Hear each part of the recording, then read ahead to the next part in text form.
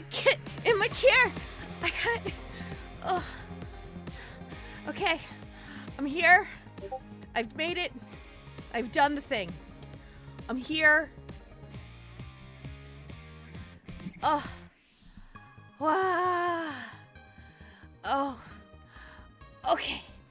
I gotta. Trying to sit cross-legged and put a blankie on. It's a struggle. It's a struggle. Hello, everybody. Hi. Look at all these faces. I see so many faces in chat right now. I currently see a Neon Axolotl 7. I see Atlantis Grayfield. I see a Sig Pipe. I see a Nanto June. Hello, Lantana. Hello. Actually, today is an interview day. So I'm actually, I'm going to be logging into Ephinea, but I'm actually not going to be playing the game. We're going to be interviewing one of our fellow content creators here. We're going to be interviewing our dear friend, Jthud. How's everyone doing? You guys, I'm so tired. I have the itis because I had a really good dinner. I had a good chicken salad. I subbed for Jthud. I subbed for Jthud. You subbed for Jthud. TTS, how are you doing? Thank you so much. Now, I'm also going to make sure so that I don't know how to make them quiet. Okay, maybe I do it this way. Hold on. Oh, Streamlabs, you had one job. Literally one job. Can we just please? Okay, let's do this. Let's lower these. So typically I have these up and running, but since we have a guest on today's show, one, I'm going to accidentally burp. Please forgive me. Excuse me. Thank you. And two, I don't want to interrupt our guest. I'm so excited. I'm so excited. I have a dear friend joining us for today's interview. This person is one of my mods here on the channel. Let's start there. And this person is also very, very knowledgeable on the great Phantasy Star Online and is currently working towards, I believe this is his third level 200. So I'm pretty excited. But we should start with formal introduction, shouldn't we? Welcome to twitch.tv/PizzaMaid. I am the head maid in charge here, Pizza Maid. It's a pleasure to serve you. I'm a Phantasy Star content creator here on Twitch. So I play the JRPGs. I play the online games. I play games inspired by Phantasy Star. I play games that pay tribute to Phantasy Star. I play things. Not well, but I play them. Because I like to. Because I like to. So if you like any of those things, maybe we could be friends. If you'd like, I love friends. So more friends, the merrier. But hopefully everyone is doing well. It is Tuesday, April 15th, year of your Lord 2025. And we are doing a very special episode of Margarita's Happy Hour. Now, I'm going to work on booting up. Now, if you guys have not noticed, I'm currently wearing the pineapple. I was robbed of my freedom, and I was forced to wear the pineapple on my last stream, and I said no, I'm not wearing it. So now I have to wear it for the first 15 minutes of today's stream. So if I can get a 15-minute timer somewhere from folks, I'm only wearing it for 15 minutes. And then I'm going to start making my way. So again, this is an interview with one of my dear friends, as well as a fellow mod operator here on the channel. Hello, Baxter Crook. Hello. If this is your first time getting to view a live episode of Margarita's Happy Hour, it's pretty simple. I like to chat with my friends, and I like to highlight them. Some of them are content creators. Some of them are Phantasy Star Online enthusiasts. Some of them have nothing to do with Phantasy Star, but are either a content creator or they're heavily inspired by games. So I like to highlight them on here. I like to ask them some questions. I like to introduce them to my chat, as well as welcome their community as well. So for today, what we are actually doing is I am interviewing my dear friend Jthud, who is, again, like I said, one of the mod operators here on the channel, and is also a very, very knowledgeable Phantasy Star person. So I wanted to bring him on as he is currently working towards level 200. Now, Jthud is also a content creator on Twitch as well. So if this is your first time, oh no, that's not what I want to do. No, that's not what I want to do. No, okay. I'm just trying to set myself up here. Okay, there we go. And then I must take a seat. I must sit. I think it's this one. Yeah, there we go. So what we do is we usually conduct the interview live in-game on one of the various Phantasy Star games. I typically use Phantasy Star Online Blue Burst on the Ephinea servers. If you are a player in that game and you would like to watch the game live while listening on stream, you're always welcome to come by. We are on Ship 1 Fodra, Block 3, Lobby 21. As well, if you see, a portion of this show and then you decide, oh, I have to get going because I have to go to the grocery store or I have to brush my teeth, worry not. The VODs will be available on the YouTube channel. So hopefully you guys enjoy. I'm very excited to chat with him. Me and Jthud, we were working out our audio levels and getting all the audio testing done before the interview, and we were just laughing and having an absolute good time. So I am gonna get ready to call Jthud in. All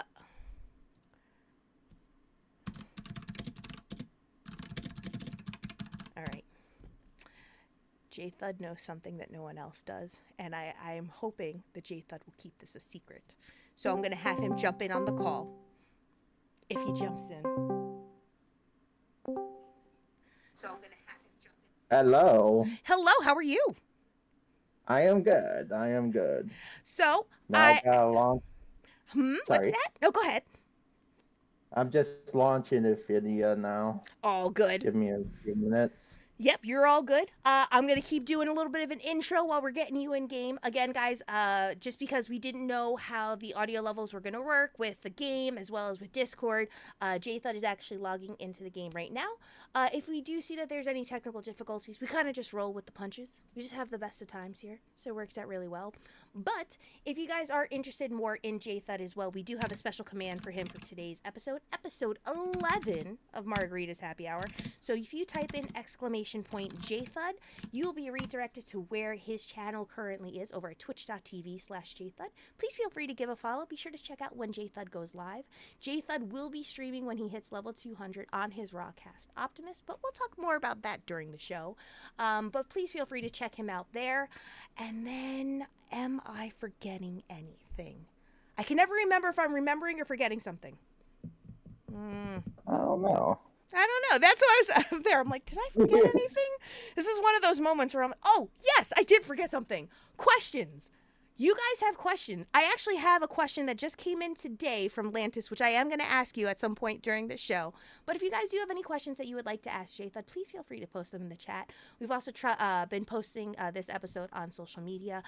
So any questions that did come in, I will be asking them live on air. But if you do have any questions, maybe throughout the course of the interview, please feel free to ask them. Jthud will do his best to answer them. And above all else, we're just going to have fun.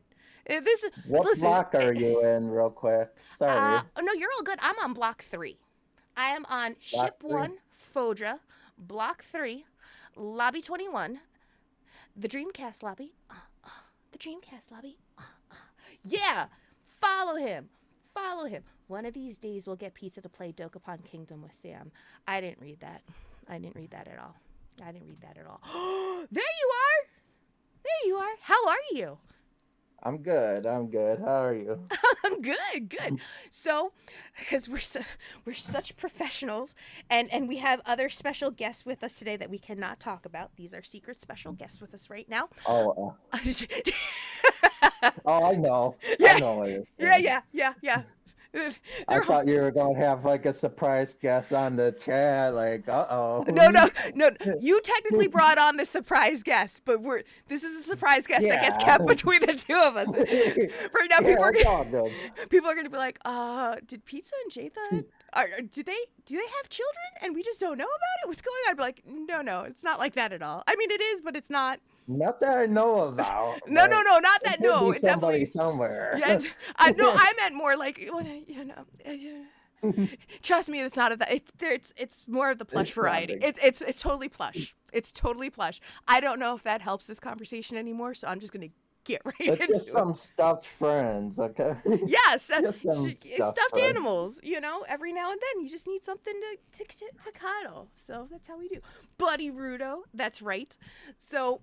Again, thank you for being my 11th guest here on the show. I can't believe the show has gone on 11 episodes. You are lucky guest number 11. Thank you so much for being here. I truly appreciate it. lucky 11. Does that mean I'll win the lottery or something? Well, whoever hits Lucky 13, which I think I know who it is, they're really going to play that one up. So we'll see how that goes. I will see how that goes. But thank you so much for being here. If for folks that may be You're tuning in welcome. for the first time as well, would you like to introduce yourself and let us know about you and what you like to stream on Twitch? I am Jthud. I like to stream all sorts of games, mostly retro. I really love Sega games, but Fantasy Stars has always been like special to me since I could remember. Hmm. Maybe since 3, 4 years old when I first played Fantasy Star 2. That may have been my first game to play, because it's either something on a Nintendo or Genesis. Wait, so Either way. so your first Fantasy Star? See, we're already going off tangent. I'm ready to divulge into your mind and figure this all out. You mean to tell me your first Fantasy Star game was Fantasy Star 2? That one? Yeah, like my brothers had it and had like a Sega Genesis, and they get so far. My other brother deleted my oldest brother's quest. My other brother got so far, I deleted the quest. I got so far, my little sister deleted the quest. So it took us a long time to beat Fantasy Star 2 because of that tangent. I think it took us until 2001, 2002 to beat it. Wait, did you guys knowingly delete each other's saves or? Knowingly, accidentally, we were all like me and my little sister were really young, Mhm. so we did not know what we were doing. But my two older brothers kind of knew. They're They like, were no. a bit older. They're like, I'm on to you. I know what you're doing. We're gonna. Well, isn't there Yeah, multiple save states though? Also in Fantasy Star 2, or is there only one? years 4, but you know, I don't know. Like maybe you didn't back it up back then. I don't really remember everything. Mm-hmm. I was like 4 or 5 years old when this change started happening. Oh my goodness. So then you started playing then very early on, which is awesome. I always try to harbor, young gamers because I feel like that's really where you kind of learn to expand your mind and you really start to learn how to think outside of the box. That's why I think there's a benefit to gaming and to education, and it kind of goes into a tangent on engineering and whatnot. But do you feel that in a lot of ways that was kind of you really felt like an immediate sense towards like sci-fi fantasy, or do you think it was actually like Fantasy Star in general, or do you think you've always kind of been led toward those games? I've always loved JRPGs, but Phantasy Star 2 was the catalyst. And my next biggest one was Final Fantasy 4. Got it from a Ooh. pawn shop, and I fell in love. I thought the story was like amazing. And then Phantasy Star 4 after that, and then I'd play a bunch of different games on different consoles over the years. So then do you I feel love I'm sorry, go ahead. I really love the JRPG genre, in general. Oh, well, that's what I was curious to ask then with your Twitch channel. Do you feel that you kind of gear it more towards JRPGs, or do you feel like it's more retro gaming as a whole? I just feel like geared towards the games I like to play. Mhm. Doesn't really matter the type. I could switch it up. It could be Parasite Eve one day, and it could be Fantasy Star 1 the next, and then it could be like a racing game or something, like Daytona USA. It's just games that I enjoy playing, and that's why I would like to stream more often. I would I'm like not saying sorry. No, I Go was just on. saying I would like you to play some Daytona USA. Please, please, please play some Daytona USA if you can. Um, if I ever get my Xbox connected to my setup in the future, I wouldn't mind because I have the 360 version that was like a digital download of it. Hmm. And I had a lot of fun and I made really good friends with a guy until he died. We used to play a lot of PSO2 together, especially when I had COVID for 4 months. That's all I really did. Hmm. Hmm. But Oh. sadly. past, Oh, but I I'm don't so want to sorry. get onto that too much. Nope, that's And completely understandable. but yeah, So, do you have kind of like a direction towards like maybe? It sounds like you're definitely a huge Sega fan for sure. Like you sound like your go to console of choice would be Sega or maybe Sega adjacent. Do you feel like there's one that it kind of sparks this excitement out of you more than the other ones? you mean consoles or games or I definitely mean genres? more like consoles. Yeah. Um, I loved the Sega Saturn and Genesis back in the day. Sega Dreamcast was also very good. Hmm. I loved the Dreamcast a lot. Like that's how I actually played PSO one with my cousin on his Dreamcast for a little while. But I didn't fall in love with PSO until I got it for GameCube around 2007, 2008. Okay. See, and actually, this is funny enough. The way that I had the pleasure of meeting you was it was from one of Sarzak's PSO Saturday nights, and I believe it was either GameCube version of PSO or possibly Bluebirds. I can't recall which one. You'll have to forgive me for that, but it was there, and you were kind of just spewing out so much knowledge and just preaching the gospel about Fantasy Star. I was like, this dude's like a veteran. This dude sounds like an OG like Dreamcast player. Come to find out you were. Do you actually remember like your first experiences with playing PSO with your cousin, or do you remember like, some fond memories as to, your start when you started playing Fantasy Star Online? Um, I wasn't really super into it, but it was fun to kind of pass the controller around and put it in my own memory card they bought for me for that time and just mess it around. Like there was no way to do multiplayer, at least without maybe some really convoluted way or paying 2 online subscriptions, which early 2000s, that ain't going to happen, Mm-hmm. especially for something I don't even own. Like, it would be hard to convince my mom to pay, 10 or 15 or whatever it was back then. Mm-hmm. We Yeah. were a poor family, so No, that ain't happening. we all had our humble beginnings, but it doesn't take away from the memories that we had when we did get a chance to play them. I think it's awesome that you ended up being like, I'm gonna get my own special memory card for this Dreamcast, and I'm gonna make my character, and I'm gonna keep it there. Do you actually remember what your first character was? um, I believe it's either a Huni World or a Humar. Like, I would have to remember. I either named it Rolf or I named it Nia based off the characters from Fantasy Star 2. So, did You you know? already know the correlation and the parallel between the JRPGs to the online version? Like, did you know that this was kind of like its predecessor? Maybe a little. I Mm-hmm. wasn't as into PSO as I got for 2007, 2008 era. That's when I really started to play when I had it on GameCube. Mm-hmm. I played a little bit and it was fun, but I didn't like the mechanic that if you die, you lost your weapon in the Dreamcast version. You had to retrieve it back. Mm-hmm. Yeah. It definitely is one of those painful experiences. It's the thing where and I still consider to a degree that PSO was probably one of the earlier iterations of the MMO when you had games that were a little more user friendly and accessible, like say a World of Warcraft or something like that. When you had those features where it's like, once you lost your stuff, you lost your stuff, or games like Ultima that might have done that where you lose XP for every time that you die.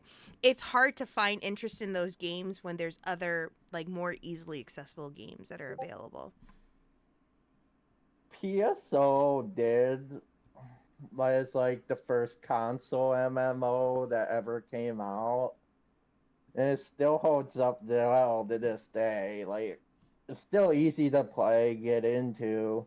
Just the mastery stuff can be kind of tough, and the big drop rates for the stuff you really want to hunt can be painful at times. Did you ever actually find yourself kind of gaining an interest towards other MMOs? Like, because again, around that time, I think and please tell me, this has been some, it's been a minute of thinking about this, but like you had Phantasy Star Online come out, so you had, I think around that time as well, Ultima Online, EverQuest 1. Did you ever play any of those other games as well? I think World of Warcraft ended up coming out much later in 2004. Did you see an interest in those games, or were they never really like an interest for you because of the theme or the I setting or the wasn't a environment? PC gamer back then, so they were like PC only. So I kind of I seen the appeal, but I never really got into them because they're PC only. Most of them needed like subscriptions, and obviously, again, Mm-hmm. poor kid. So that's not happening. Did you feel that there were any like pros and cons? Like I know you're bringing up the subscription base, which I completely agree. There was a reason that for many years I did not play MMOs, is because the subscription based games was a very hard pill for me to swallow at the time. Just considering I had accessible access to the physical console of other games that I could play at my women fancy. Do you feel like there's any pros and cons with Fantasy Star Online at the time that you felt kind of not necessarily deterred you away, but it just didn't grab you maybe as fast as it did later on down the road?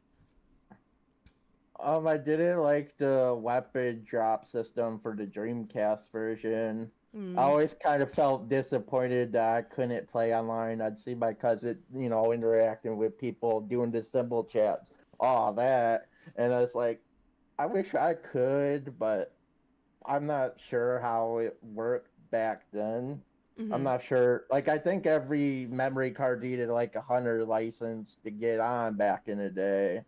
And yeah, I couldn't. So I could do offline stuff, and that was fine. Mm-hmm. But I always kind of yearned to be online, and then I heard about shit hack about '08 or '09, and bought myself a modem, and then realized the modem didn't work, so I had to buy a broadband adapter. Had that connected on like the smallest TV ever because, you know, Listen, you those are had still to be great the TVs, though. yeah, like I miss the box TVs for a lot of reasons. Mm-hmm. Like especially the fact that like you accidentally hit a newer TV, that thing's gone. Like you accidentally hit a box TV, it ain't going nowhere. It stood the test of time. That's why many people threw them out of windows in the midst of arguments and disagreements. That thing was the best.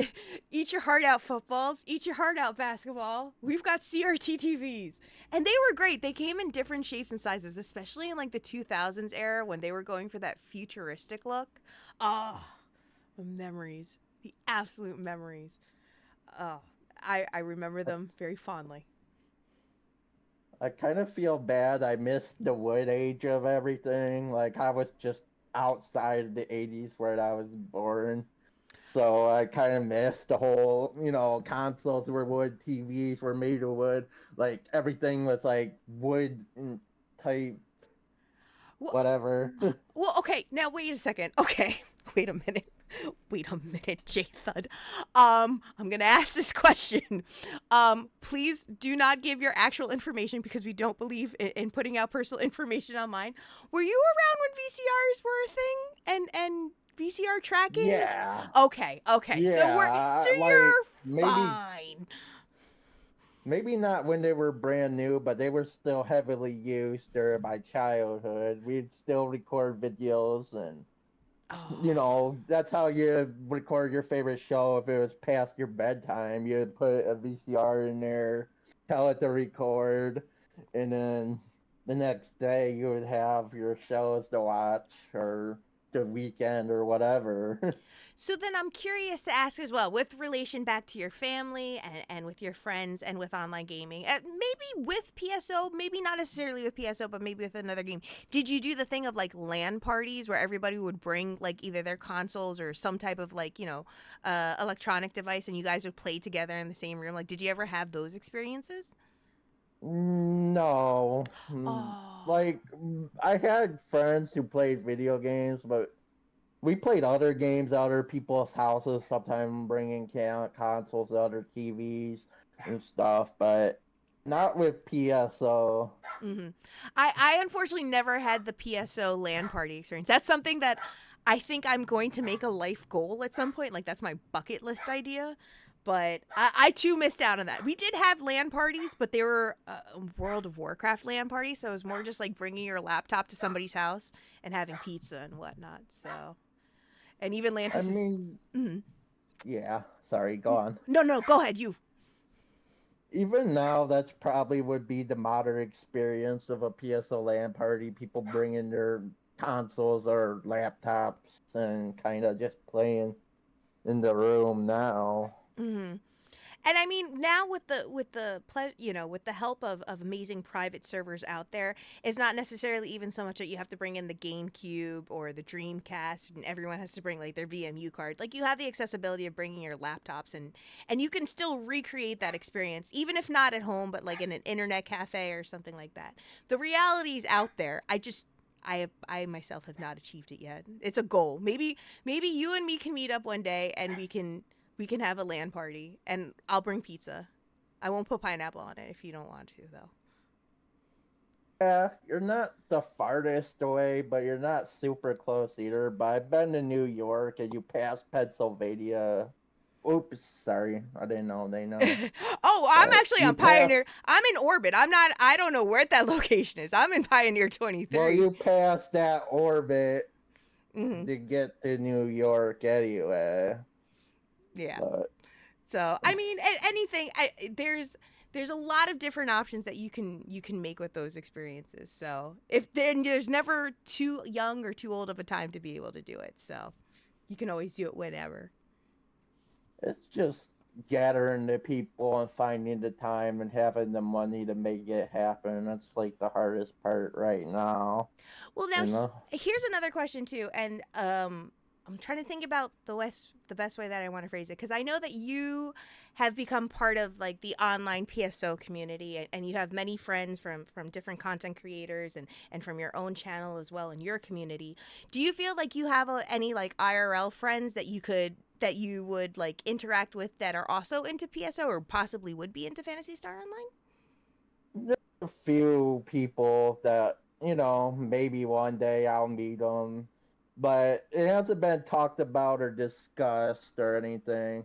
Like, I wouldn't mind meeting you, PK, or Sarzak, for example, if the case it ever could happen.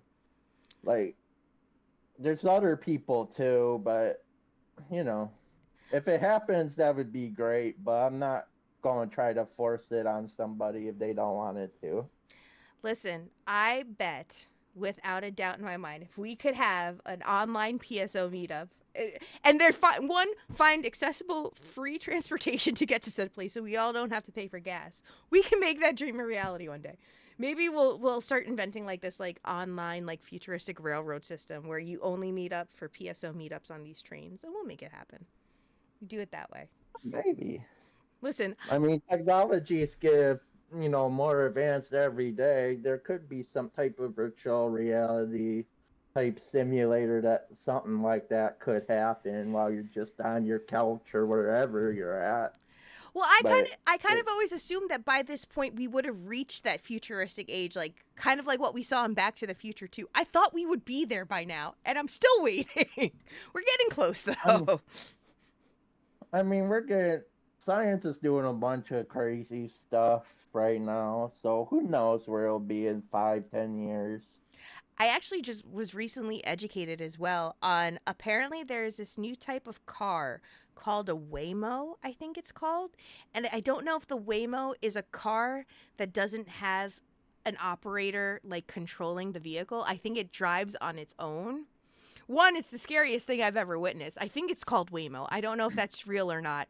But apparently, like, people use it as a taxi, but there's no driver. It's just like a car that knows where it needs to go, knows how to stop, knows how to drive in whatever locale it's in.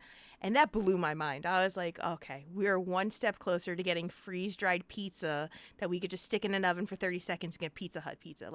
We're getting there. We're one step closer.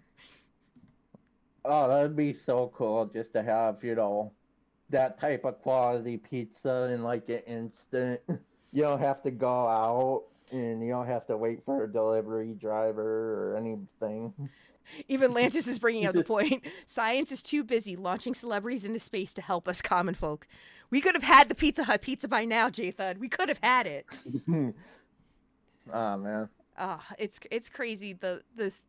I mean, remembering where we what the things that we watched in the 80s and the 90s to where we are today. We have definitely progressed forward, but we're still I still want my hoverboard. I still want my hover vehicles. I was hoping by now we'd be the Jetsons.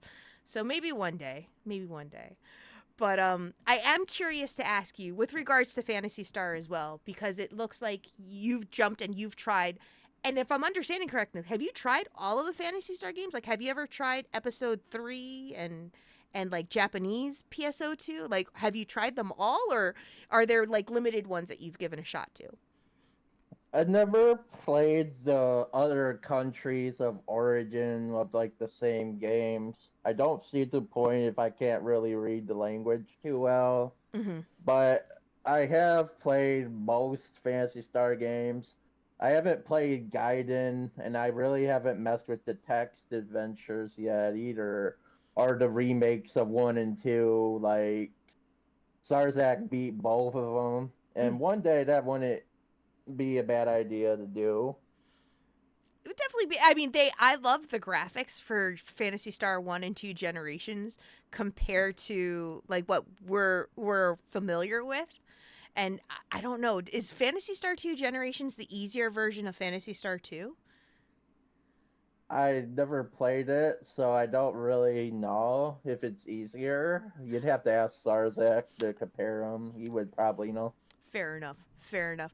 And as for Gaiden and Text Adventures, I've heard some hard reviews, which is why I have not tried them yet.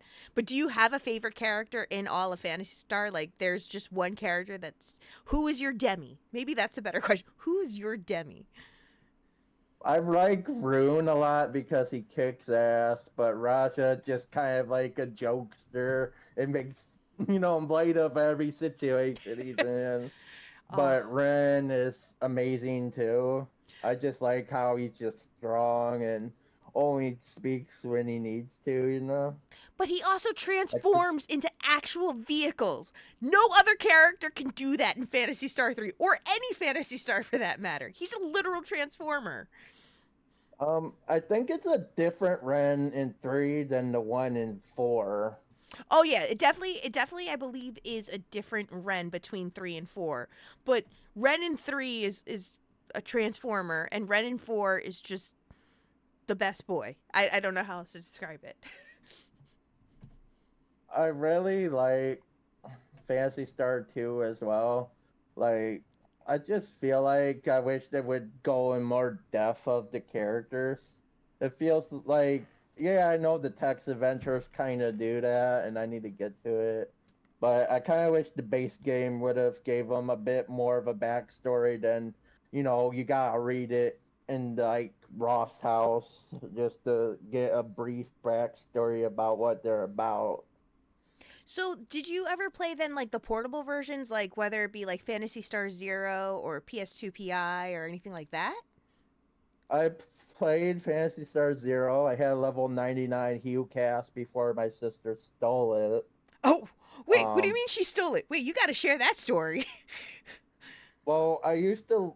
Well, once upon a time, I had to move to my sister's for some reason, and I kind of forgot some of my DS games. Like her boyfriend at the time was really abusive, Mhm. and I kind of asked about it, and she kind of claims, oh, she don't have it, but I could see my case in her like collection, Mhm. but I couldn't see the game in there, and I didn't know what she did with it, so kind of Oh. got stolen over the years, and I was Oh. almost level 100, which is the max. I also Oh. had Portable too, Mhm. and I downloaded like a hack to play on Portable 2 Infinity, and I Oh. got really far in those too. Oh. Also played PSU when it came out, and PSU AOTI when those came out too.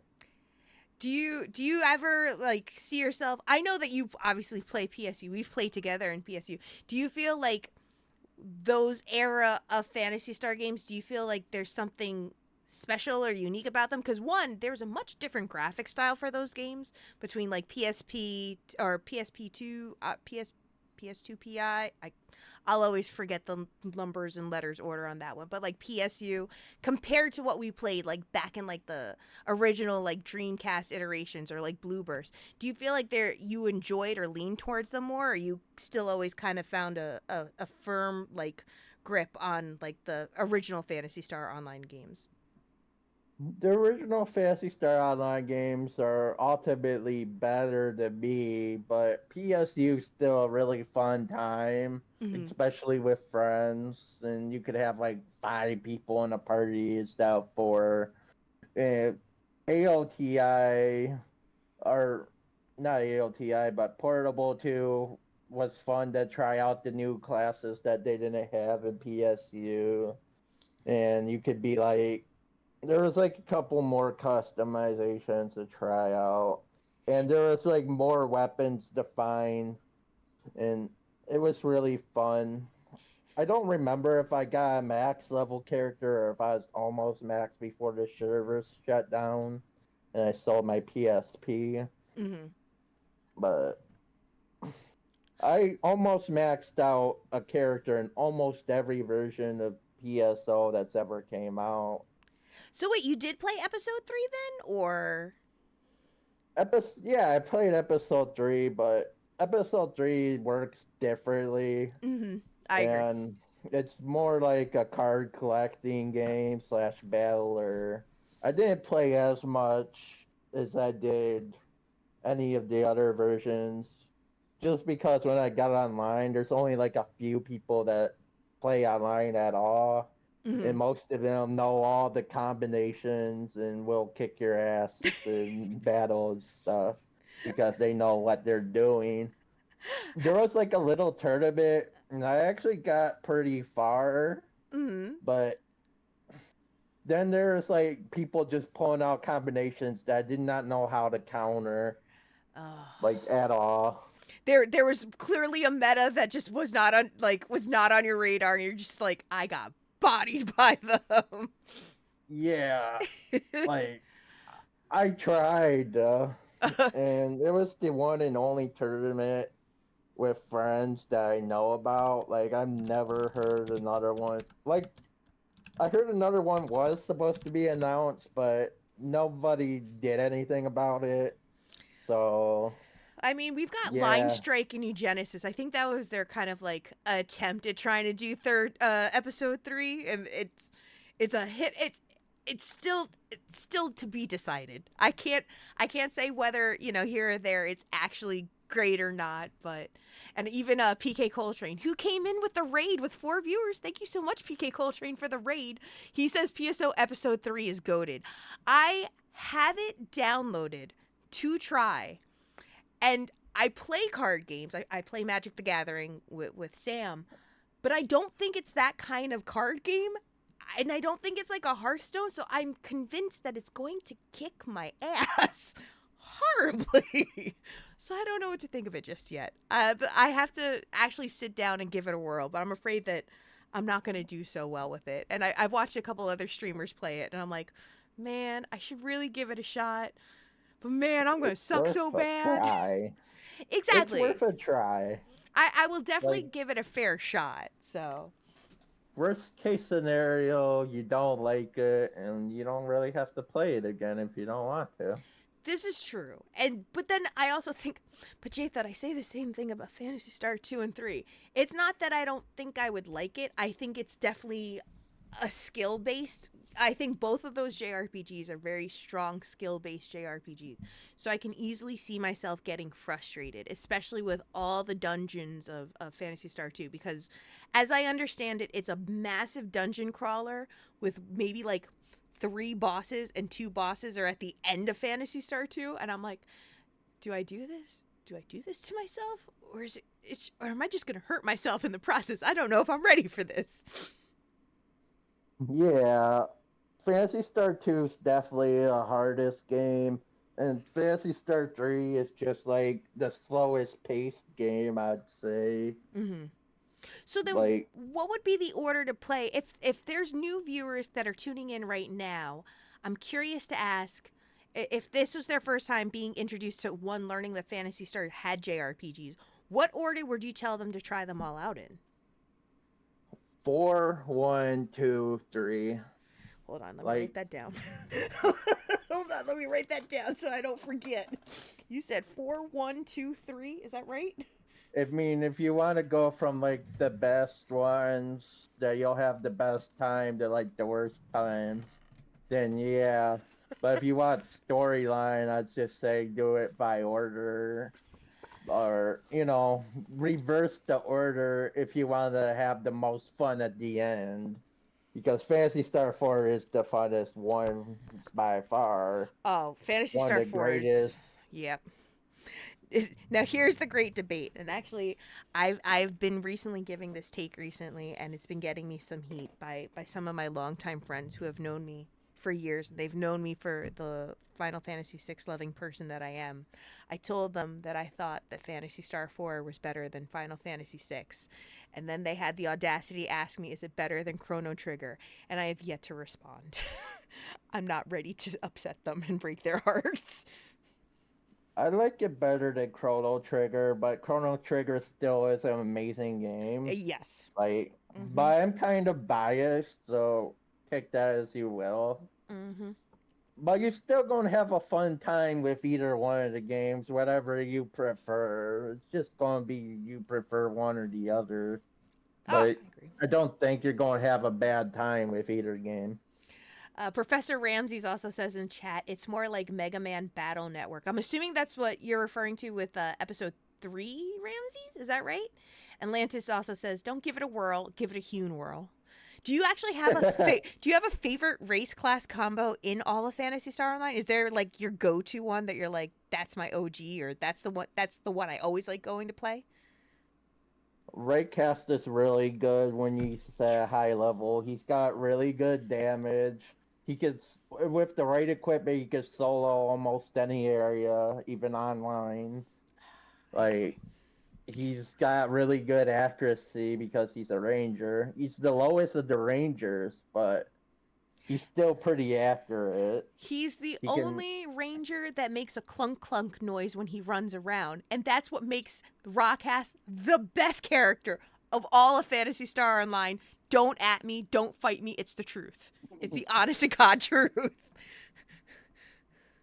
like at level 199, I have over 2200 HP with a Raycast, which he's really good at survivability for most things too. Well, I've heard in a lot of things, and PK Coltrane also just brought it up in chat too. Rockass is actually a broken class. If memory serves me right, isn't it true? And I don't know if this is exclusive to episodes 1, 2, and 4, or just episode 1 and 2, but wasn't Rockass the best solo class of all of the options?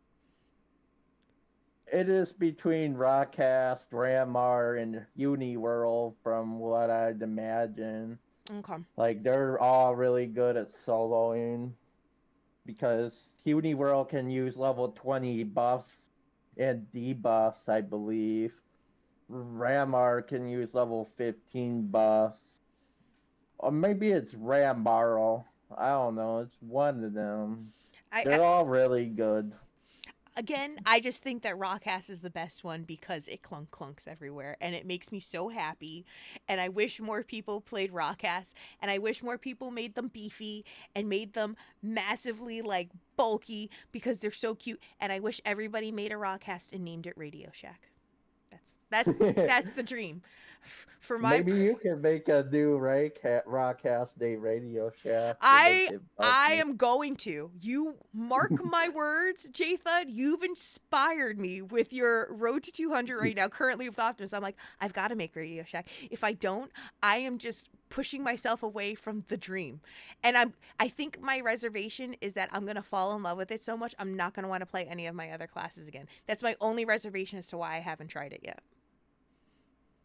Yeah, I mean, it's good to try all the classes that you want and see which ones you actually like, and then continue with them if you want to. Some people I know have way more 200s than I do. I So know somebody with like every class with 200. So then let me ask you this, and we're definitely going to go into this in the second segment of the interview, which will be after our 8:30 ad break. But I do want to at least kind of give a little teaser for what's to come so people can tune in. How many 200s do you have? So I can, one, cry inside, and two, folks can go, what the fuck? You're insane. Two on GameCube, one on Destiny server. So not as much as you might have thought. Okay, that's three more than I do. Okay? That's three more than I do. And that's still a lot. When you really think about it, the push for one is an eternal struggle. So when somebody says I have three, I go, holy shit, you have three? My first 200 took me about 1100, maybe 1200 hours. What was your first level 200? A humor. That video I showed you was the 200 game. That was the GameCube version, though, right? Yeah. The one that Phoenix Mog made was like my first 200 on 11 11 11. Wow! Did you really do it on 11 11 11? Yep. That's okay. So this is Jthud, where I would start going around and telling people that your name is no longer Jthud. It's 11. And or you would just make a character named 11 11 11 and just be like, I'm doing it all 11. over again. I am episode 11. I didn't even think of that. That's crazy. I'm just What if I hit it at 11 o'clock and 11 minutes and then 11 seconds? Wait, are you gonna actually try to do this on Optimus? Because if you are, I will stay up past my bedtime to witness this. If you do this on Olga Flow. I'm going to try to get on Olga Flow. Oh. That's my plan for it, but I'm still 4 million away, so it's not like it'll happen tonight. Okay, no, that's fair. Listen, if you ended up telling me, hey, I had to stop working towards it, I'm almost there, but I had to do this interview, I'd be like, you get off this interview right now, Jthud, and we just jump onto your stream and we watch you hit level 200, all of us together. I was like, I didn't know how close you were. 4 million is still really, really close, though. I mean, it's far, but it feels a lot closer than you think, you know? Um, it depends how hard I really want to work towards it, is how fast I could get it. I could get 4 billion maybe if in 3, 5 days, if I just nonstop played for 10 to 12 hours a day. You know, just doing TTF runs and whatever else to get me as fast XP as possible, if I really wanted to. And even some points are also some points that people are making in chat. First, PK Coltrane said Radio Shack, so that's happening. Also, he mentioned Stranger Things. You're officially the 11 of the PSO community. I would like to congratulate you on that. Let's see here. Oh, I got a Monomate Hydrate as well from Sarzak. I came in here and I feel like I'm 2,000 years old listening to people talking about social media and crypto. We're talking about none of those things that we're Warlord. No mention whatsoever of social media and crypto. I mean, Radio Shack has had its moments, but no. We're bringing back Radio Shack. But we actually had a discussion not too long ago, and this was actually discussed on Sarzak's channel, and I'm going to point this out. When you see somebody in a Phantasy Star Online game bearing a level 200 character, you know the blood, sweat, and tears that they went through. Maybe that's a little bit over-exaggerated or over-dramatized, but the point still stands. When you see somebody at level 200, you have this air of respect for them because that grind is fucking painful. I mean, I put it up there with a lot of other old games like Ragnarok Online. Back in its earliest iterations was like that. So it's crazy to me to hear you be like, oh, I'm gonna get, level 200 in maybe 3 to 5 days. I just got 4 million XP, and I'm just like, damn, that would take me like 2 years. I worry because I'm only 123. I'm like, I don't know if I'm ever gonna hit level 200. This is so hard. It's worth it. It's totally worth it. Yeah. Like, the thing is, you gotta put in a lot of time, and like it's if you're just putting 2 hours a week, it's going to take you a long time to get there. Oh, Like it's one of those things that you gotta put a lot of time for it if you want to get there fast. Otherwise, it's just like you gotta just enjoy the slow grind and get there when you get there. exactly. Enjoy the ride as you go along. The weary warlord. I meant it was the equivalent. I'm unfamiliar with the lingo. As all I'm like, understandable, weary warlord. Completely understandable. All good. It is. It's for new time players. Maybe this is actually a really good time too. As one with multiple level 200 characters, for some folks who may not be familiar with Phantasy Star Online, how would you describe it to maybe like modern day gamers as to what it's about and what it entails? Um, the story is something about Red Ring Rico coming missing, and then it turns out Red Ring Rico's like false or something. The story isn't really that important in PSO, so to speak. But gameplay wise, it's just like you gotta learn to time your buttons, and you gotta know what's important. Being a force, you have to know elemental weaknesses and stuff like that. It's like painful at first to get started because you really have like next to nothing, and then over time you just gotta like hunt and grind and plan your Mac plans and your materials really well. Mm. Otherwise, by the time you're 200, your stats will be a mess and you'll be missing some important stats and stuff if you don't plan for it. Which I made a mistake my first couple characters, What do you but mean? What now there's mistakes? I didn't put the mag level up the mags right, and I didn't put in the materials, so my stats were all messed up on my first few characters. It's nice that they give us multiple mags in case we need to start fresh again. It sucks that you have to do it, but it's never impossible, which is a little bit of a leniency. It's almost like a man, I put so much work into this one mag and now I got to start over on another mag. I actually have to do that in base PSO too, so I know this feel. Yeah, like that's the one thing that newer players don't quite understand is you have limited material slots, and they'll just will see it and grab it. Mm-hmm. But it's a good idea to get the calculator so you can kind of plan out your materials before you even start your journey. That way you can get by the time you're 200, your stacks can be either maxed out or near maxed out depending on what abilities you find and everything. And somebody's asking, is it an MMO? I would say Fantasy Star Yeah, Online is an MMO. It's probably one of the earliest iterations of an MMO that come to mind for myself. I don't know if Final Fantasy 11 came out before or after Fantasy Star it Online. it came out after, Okay. maybe the same year or two or year after, It's definitely but right it around came. that time. Yeah, that was one MMO I wanted to try back in the day was 11. Oh, did you really? Yeah, first like they have like other ways to play it besides PC, so that piqued my interest a bit. And you know, Final Fantasy, I was playing a lot of those during that time when I got into it with my cousin, and I felt bad I never really got to play 11. It may be something that I might do one day since there are private servers for that now.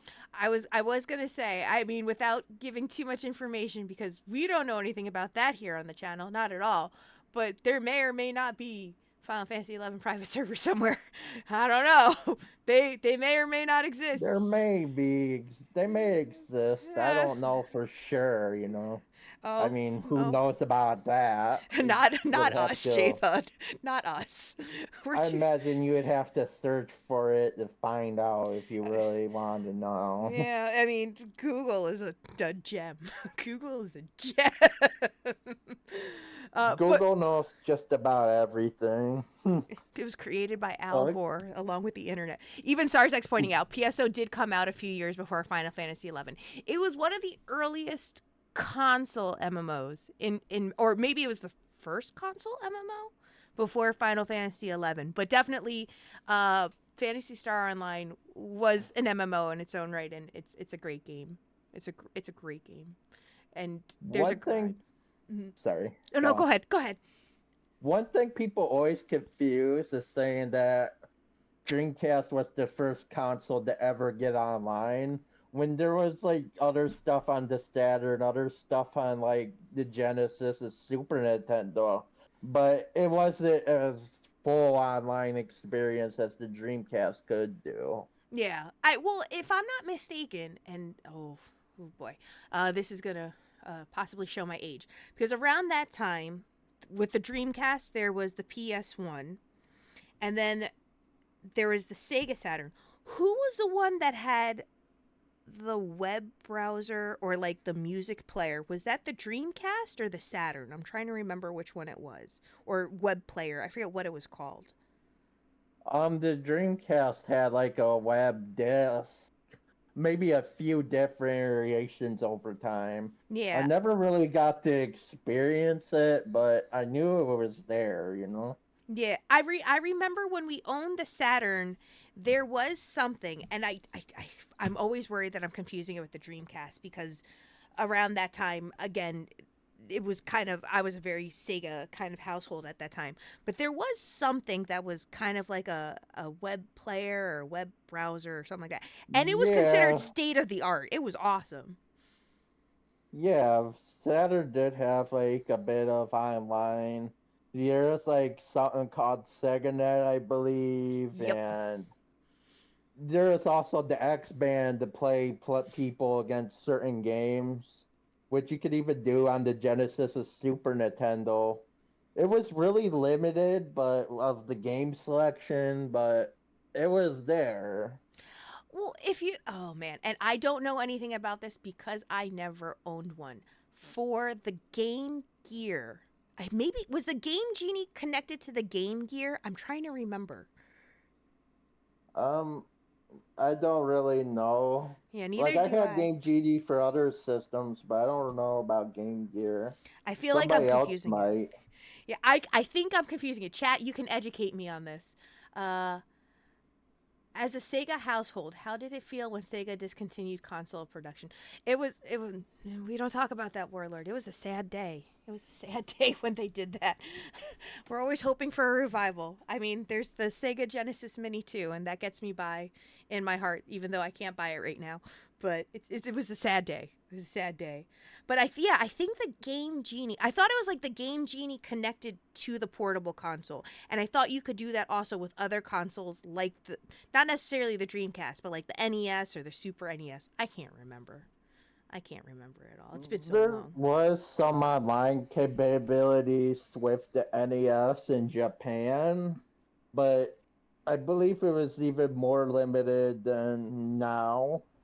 Or I mean, now everything goes online, but even back at the early examples I talked about earlier, They need to bring them you back know, is what they need to do. If you had the choice then, and I'm going to actually pose this question before we actually take our ad break. If you had the option for a hypothetical situation, you had a genie approach you by the name of Breadstick Butler, because I couldn't think of a better name. And they are a genie of sorts, and they approach you saying you have the option to either receive a state of the art, 2025 PC computer with NVIDIA RGTX 10,002 graphics card, 8 million terabytes of RAM, and some cool color fans to make your shit look like it's jet propeller. Or we can give you a new, like, console, of the most state of the art console from whatever console company you enjoy the most. Which one would you choose and why? um, I'd rather choose a PC because I don't really like the way console gaming is going to eventually be $100 per game. Based on the Nintendo stuff, it's looking like that could be a real possibility in the near future. Yeah, yeah. But what if you were told the option that we will give you? Here you go. I'm about to sweeten up. Breadstick Butler, not Pizza Maid. Don't confuse the two. Goes and says, "I'm gonna throw in 50 of your favorite games, physical copy, for free. You can choose the state-of-the-art Jet Propeller PC or the console of your dreams with 50 free games. Are you still gonna choose the console?" Or is it going to be a console of my, like, is it out of existing consoles, or are they just going to make a completely new thing Let's from say scratch that don't exist yet? let's say Sega makes a comeback, and it's literally like Stella got her groove back. It's Sega got their groove back, and they're like, "Guys, we're coming back. Eat shit Xbox Series X, eat shit PlayStation 77. We're coming out with a new state-of-the-art Sega console with 53 games just for Jthud. Nobody else. It's only 53 games for Jthud. Which one would you choose?" Oh, I'd probably choose the Sega console then. Okay. As I imagine, they'd probably remake the Phantasy Star games in like a way that makes them look awesome but feel the same without ruining the feel of the actual original four games, Mm-hmm. except for maybe quality of life improvements and stuff. Because some of the stuff needs to be quality of life improvements if they were re-released today. Yeah, like I a imagine. proper alert timer to remind me to feed my mag. How about that? Let's start there. I know that Ephinea does it, but if they could implement that in a future Phantasy Star Online, I'd really appreciate it because I forget all the time, and then it takes me months to feed my mag. It's not good. It's not good. And then they might give me a new Streets of Rage game, a 2D Sonic, new 2D Sonic that feels new but feels familiar, like the Genesis era. I can get. And who knows what else? Maybe Shining Force 4 and Eternal Champions, like a new one of those. Arrival I don't Schools know. 3. Can I get Arrival Schools 3, please? Can we just throw in a I couple mean, fighting games into your free 50 game list? I guess so. All I'm right. not opposed to it. All right. If you got anyway, No, I will take if it's offered to you. I just want you to know I would play the Rival Schools 3 because I don't think I'm ever going to see it come to fruition unless my made up breadstick buckler created a new Sega console for you. So it's unfortunate. I'm still sad about that one. I'm so salty about that one. I try not to. yeah, I guess that at that point I'd have to find a way to go to your part of the planet Uh, and find a way to bring it with. Listen, we'll And make it portable and compact. Breadstick Butler is a genie, so in theory, Breadstick Butler can make it so that it's compact for you, but it would still give you a CD drive in case you wanted to watch DVDs. Let me also add that on. There's going to be CDs, some type of CD port for you there, so you could put CDs into it. like, could you mess with the voice pitch like in the Sega Saturn? Because that was hilarious. Like, you could listen to music and then mess with their voice pitches. And, back then that was like pretty cool because not a lot of things were doing it back then. Well, Maybe a nice PC program, but I could do the Sega, or I could do the Sega. I could do one of those two. I don't know if I could do both, but I could try. I could do my best. Well, okay, Breadstick Butler would try. I can do no such thing. I don't have those capabilities. But with that, guys, we're gonna take. Wait, what's that? Sega! Sega. Where you like yell? Just take pictures of our eyeballs and try to recreate it to the best of our ability. I think we're on to something here. I'm sorry, Breadstick Butler, and you are on to something here. But we are going to take just a quick 3-minute ad break, you guys, and then we're going to get back, and then we're going to actually get into some really juicy details. You're going to probably want to grab your best bottle of water, your finest snacks, as we start talking about the tips, the tricks, and the secrets behind leveling 200. With our dear friend Jthud22. Again, it's a 3-minute ad break. If you are a member of the Penguin crew, first and foremost, we salute you. Thank you so much for your support here on the channel, and thank you for subscribing. If you are not a subscriber to the channel, just please know we're going to take a quick 3-minute break. Please feel free to use that time to get up, grab something to drink, grab something to eat, take a bio break if you need to, and we will be right back. So I'll be back. you're going to go too? Jthud's going. Yeah, I gotta use the bathroom real quick. All good. So then we will be right back. And while you do that, I am going to answer some questions from chat. I'm not going to answer some questions from chat. No, I'm not. I'm going to put a pizza on my head because June has chosen violence. Go ahead. Feel free to use the restroom if you need to. Games have been $100 in Canada for decades. PK, you would choose the PC over the console. Really now? Really now? Oh, dear. Thank you as well for Sarzak for the Monomate Hydrate. I'm just getting around to it now. I really want to make a console now, and I want to recreate the Sega console. I want to believe I can do it. June, how dare you put the pineapple hat back on my head? Can we just take a moment to reflect how rude that was? Yes, PC can do anything. But PK, remember the golden era of console gaming, though. I see you. There's so much that you can do. There's so much that a person can do with a PC. Completely understandable. You can play console games on a PC. You could technically do both of those things on the PC. But there is just this spark of magic about consoles that I'm not ready to give it up. I'm not ready to let it go. Hello, Hexaphoenix. I made some nuggets. Where did I put my coffee? Oh, you know where you left your coffee? Your coffee's right next to the kitchen sink. You know where your kitchen sink is? And just to the right of it, it's not far from where the microwave is. That's where the coffee is right now. Or you actually left the coffee in the microwave because you were reheating it.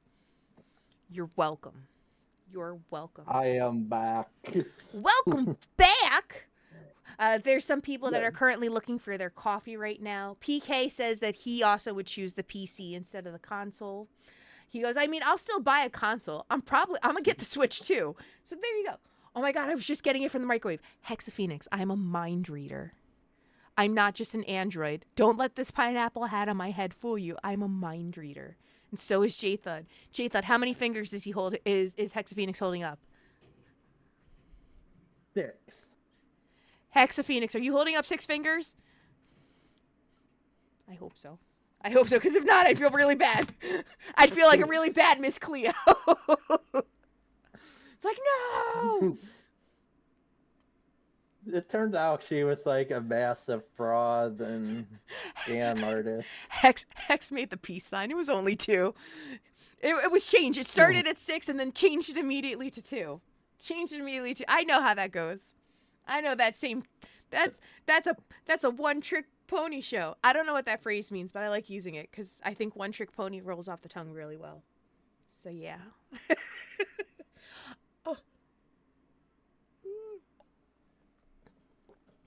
I really like the Easter designs right now. I know. Like, it's cool. The Easter eggs in the game is so much fun. I haven't found many eggs myself, but I like the Easter decorations for it. It does make me smile. It's a good time. I think I found one either when I was playing with you sometime or playing with Sarzak. If you did, congrats, because I've been working at it for a couple days now. I haven't been online as much as I would like to, but every time somebody sees one, I get excited for them because I have shit luck with these eggs. I'm like, I'm never gonna get an egg. I just want an egg. I got till May 4th though. So. But we are back. Everybody, you're tuning in. This is the real steamy session of episode 11 of Margarita's Happy I'm Hour. back. Speaking of steamy, we're here with Jthud22 throwing out the I'm back because he's about to give the real tips and tricks behind hitting level 200. Now, as we stated before the break, we said how you have 3 level 200s. First and foremost, congratulations on that. That's really, really impressive. Do you actually remember how you felt each time you hit level 200? The first time I was really excited because I did it with a bunch of friends at the time, uh, people I gamed with a lot, and I couldn't get all of them because there was a lot more people back on GameCube in those days, Mm-hmm. and some of them I don't know where they're at now. Mm-hmm. Just you know, so it was really exciting for that. My second one, I felt pretty good because I wanted to get that force up to 200 for a long time, but I kept pushing it off because, I don't like using forces if I don't have to as much. I was actually just going to say, do But you have a level 200? Wait, so you have a level 200 hunter, a level 200 force, and then you're going to have a level 200 ranger? Is that correct? yeah, I'm so jelly. I didn't know. I was going to actually give you shit being like, you've never leveled up a force 200. Now I have to take that back. yeah, they're like Sammy's on GameCube, and I also have a Hue cast on Destiny that I got to 200 as well. But Destiny feels really easy because they have 5 to 10 times XP at all times. That was actually what Lantis was saying in chat earlier as well with regards to Destiny. Where was it that was said? Destiny's rates can get you to max level in a week, though. Is it? Did you get to max level within a week? I got there within 100 hours, and if you heard where my first character was, that's a lot faster than 1,200, 1,100 hours. Dear, oh, I almost said dear God, but that didn't feel right. That's one of those oh shit moments. But I guess that there's see, I have a little bit of mixed emotions on it. Like I like when there's quality of life changes and features to improve the PSO experience, but that almost feels a little too catering. But I have to remember that there's people with families, and sometimes they only have like up to 100 hours that they can play at any given time. So maybe that does make sense, and it caters to those people that may not have as much accessibility as much time because they're working or they have families or something like that. Would you say that overall you enjoyed that experience where it was that much faster, or do you think you still prefer like the old school grind? Um, it depends on what's going on in my life. Mm-hmm. Like, sometimes I'm super busy working 60, 80 hours, then yeah, I can't just sit around playing a game all the time. That's going to take me 5, 6, 7, 800 hours just for 200, Now, you know? Now, this one that's coming up for you, this is the Rawcast on GameCube that goes by the name of Optimus because he looks like an Autobot. Which, by the way, if my mother knew this, she would absolutely fall in love with you because she absolutely loves Optimus Prime. Is that correct? Yeah. Okay. Well, I don't know if your mom would fall in love with me for that. Like, I can't speak for her. But yeah, that's my character. No, she would still follow me. She'd be like, "Oh, he's so cute. I just want to give him dinner." That's all. Because that's what my mother does. When my mother sees like my friends, and she's like, "Oh, they're just the cutest. I just want to feed them dinner. If anybody's ever hungry, just be my friend. My mother will feed you." That's how she works. Ask Sam. There's a reason he married me. It wasn't just for love. It was for my mother's cooking. But so this one, how long has this one, or how long theoretically will this one be before it hits level 200? Is it the same like 1,100 hour grind? Oh no, like I probably got about 500 hours now, but then I also lost like 120 the 140 hours with PK and Kayak had to fix my character. Like we Oh. could fix all the levels and everything else, equipment and everything else, but we couldn't fix the time. Kayak tried, and that code he gave me was like 14,000 hours, Oh wow. I didn't even know that. so it wasn't it. Props to Kayak and the shit hack crew over there over at Shitserve. They're actually I think I have a Shitserve command as well. They're also one of the other private servers. Even though we're currently posting the or having the interview here on Ephinea, there is another amazing PSO server known as Shitserve.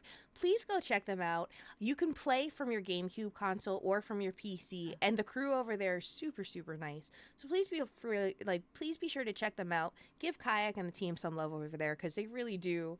They're doing their damnedest to just give the love to the community. So huge props to them. I just want to take a moment to say that. But you started over there on GameCube. Optimus is soon hitting level 200. It sounds like you are setting up special requirements for hitting your level 200. Do you want to tell us more about that? The only thing I really want to do is try to hit level 200 on Olga Flow, because Olga Flow is the hardest challenge of the main game, and that's not Blue Burst, because Blue Burst has like a harder boss, I feel, but Olga Flow is like the hardest boss in the game, and I feel like that'd be the appropriate time to hit 200 if possible. Now, did you actually have any if you don't have an answer to this question, that's also completely fine too. Did you actually have any type of strategy or tactics when approaching this character, saying, "Okay, this is what I'm going to start by doing, and then I'm going to do this to get to this point"? Did you have anything kind of set in the back of your mind from the time that you started Optimus, to try to get to 200 in a good amount of time?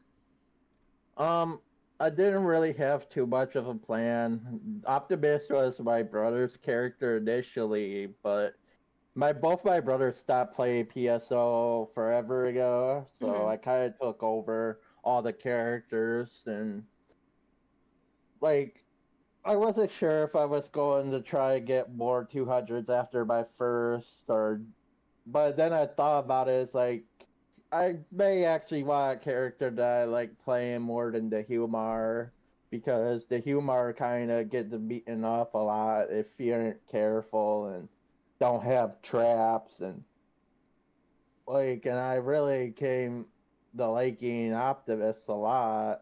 Mm-hmm. But I also wanted to finish my force first, and Do you that got reset a couple times, so my time on there isn't even correct. Same as my Humar's time ain't correct.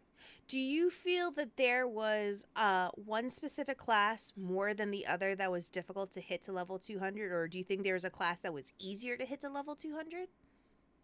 Forces are harder because you gotta rely on spells, Mm-hmm. and even at max level, they only do a fixed amount of damage, and like yeah, they're really good in parties, but soloing as a force is kind of hard to do, especially online. Mm-hmm.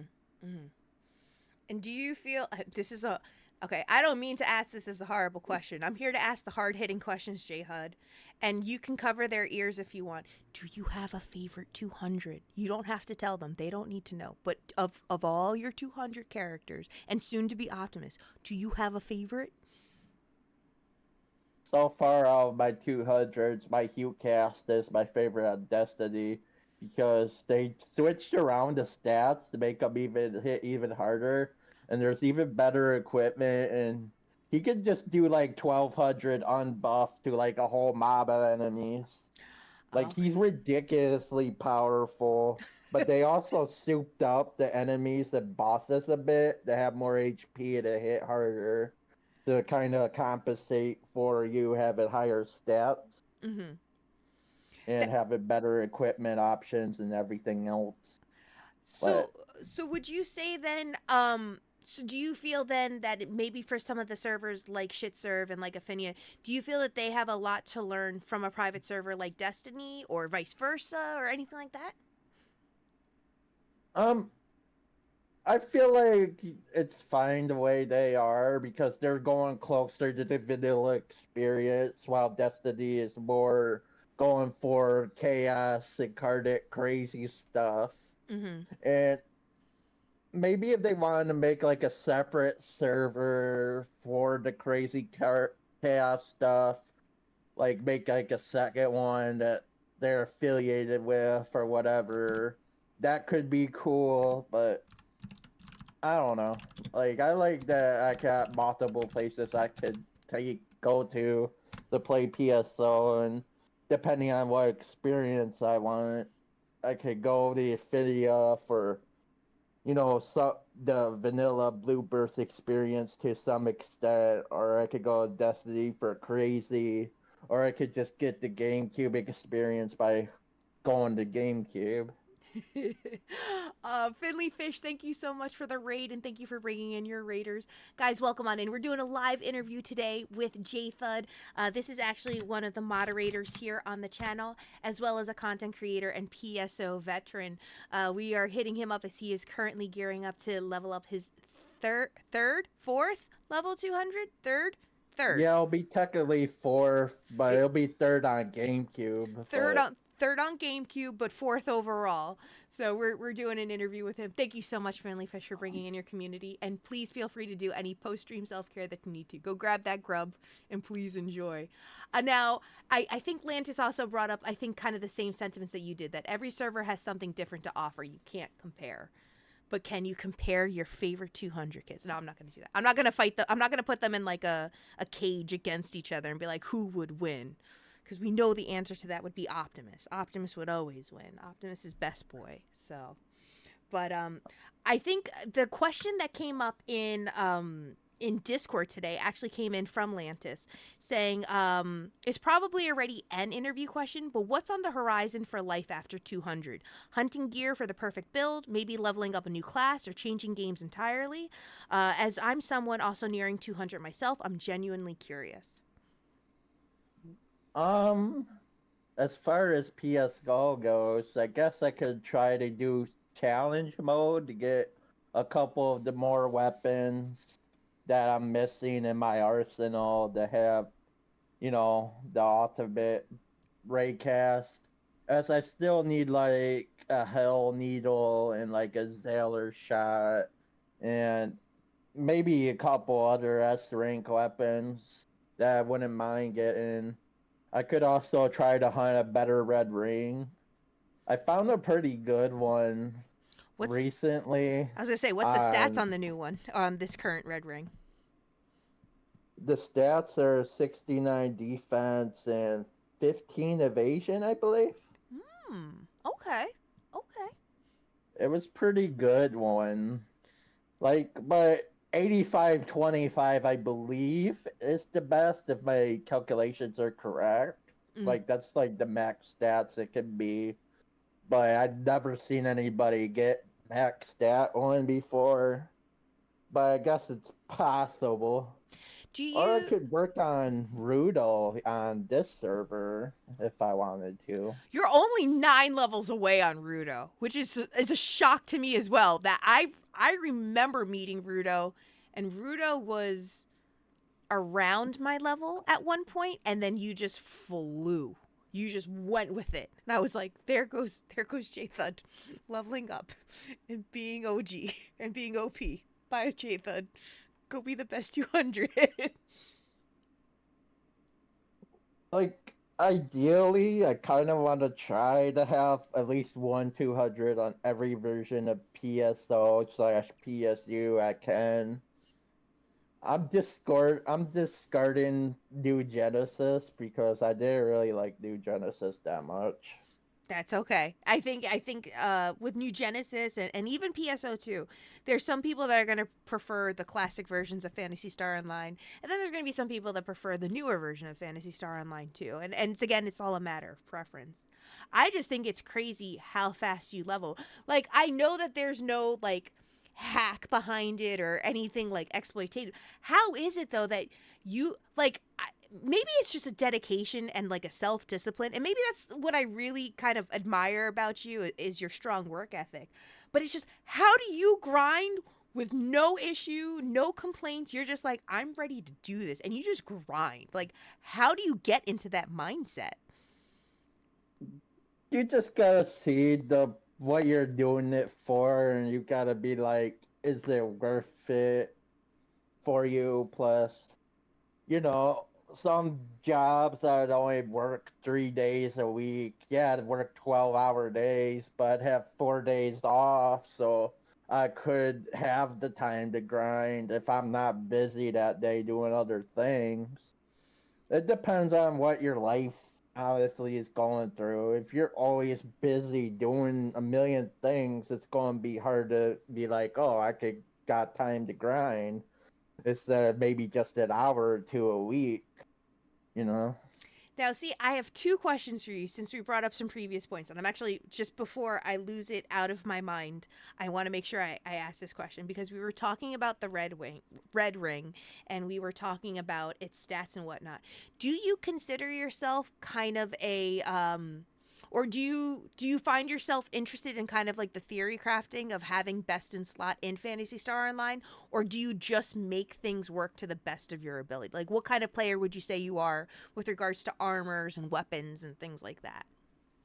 Um, if you really like, I make it work until I can find something better and get the recommended stuff later on because it depends on your section ID and what you need and stuff like that. Sometimes, like on Ephinea, I could save up PDs and trade for stuff.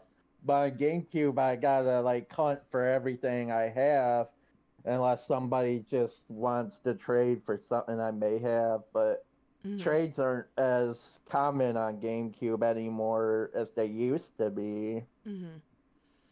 Like I'm sure people still trade, but I mean most of the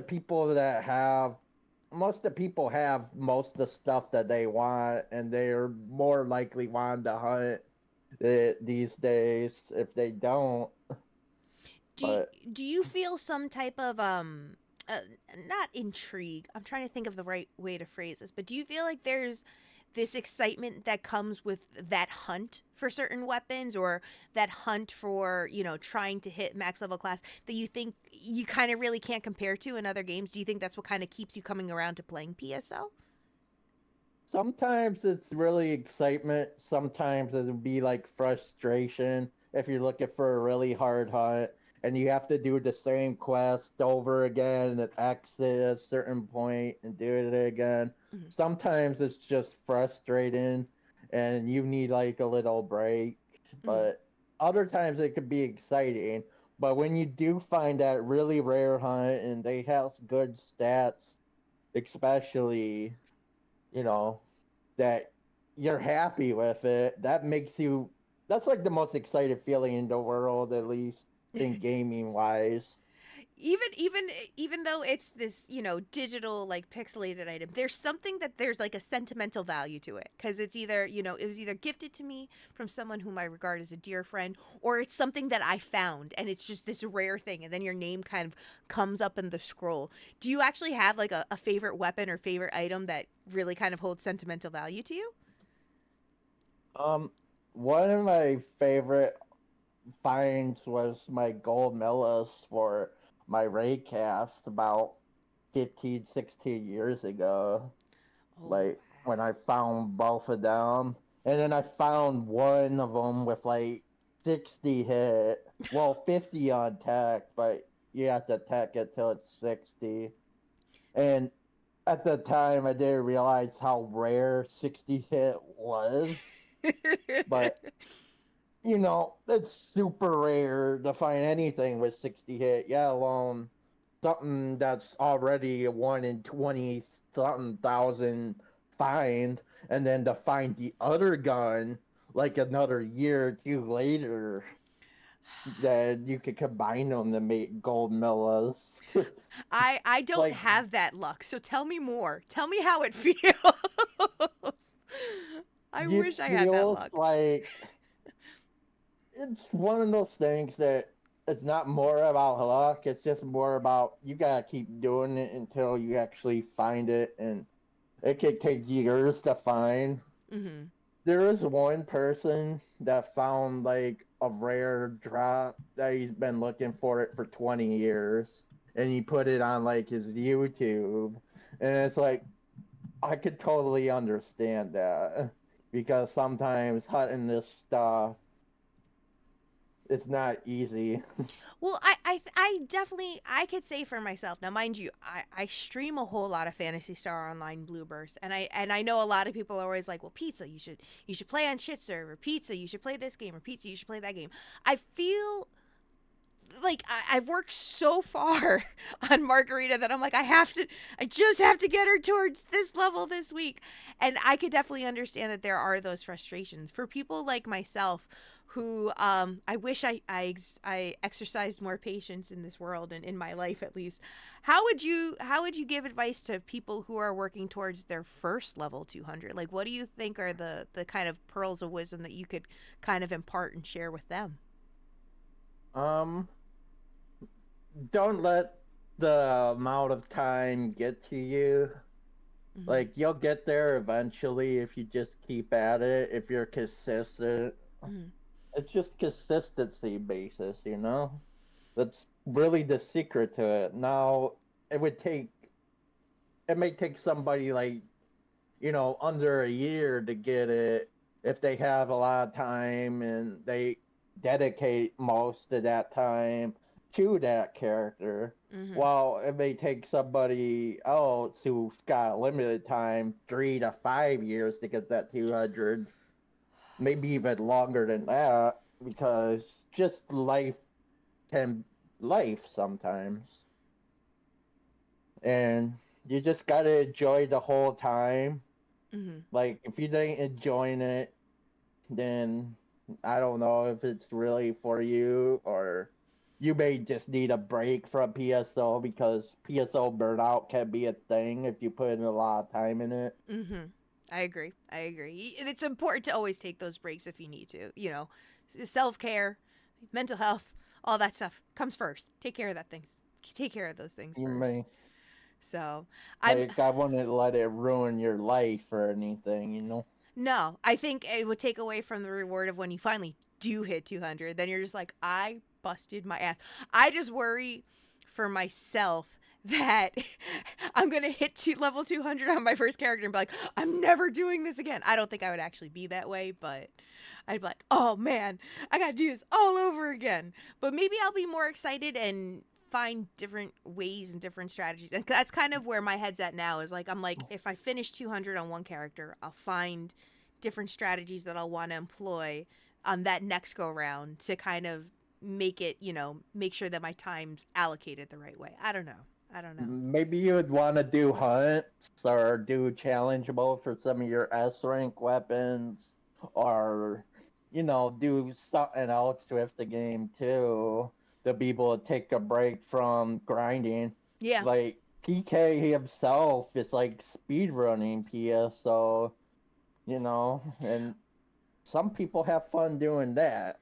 Well, PK is also built from a different cloth. Did you hear that he eats Oreos really, really weird? So I don't know. I mean, I can take on speedrunning. I don't know if I want to do PK speedrunning because apparently he eats Oreos very funny. I don't know the full scope of the situation, but oh, he actually even said something in chat too. Basically, if you find both guns, play the lotto because you might be on a hot streak. Did you play the lotto after you got those guns?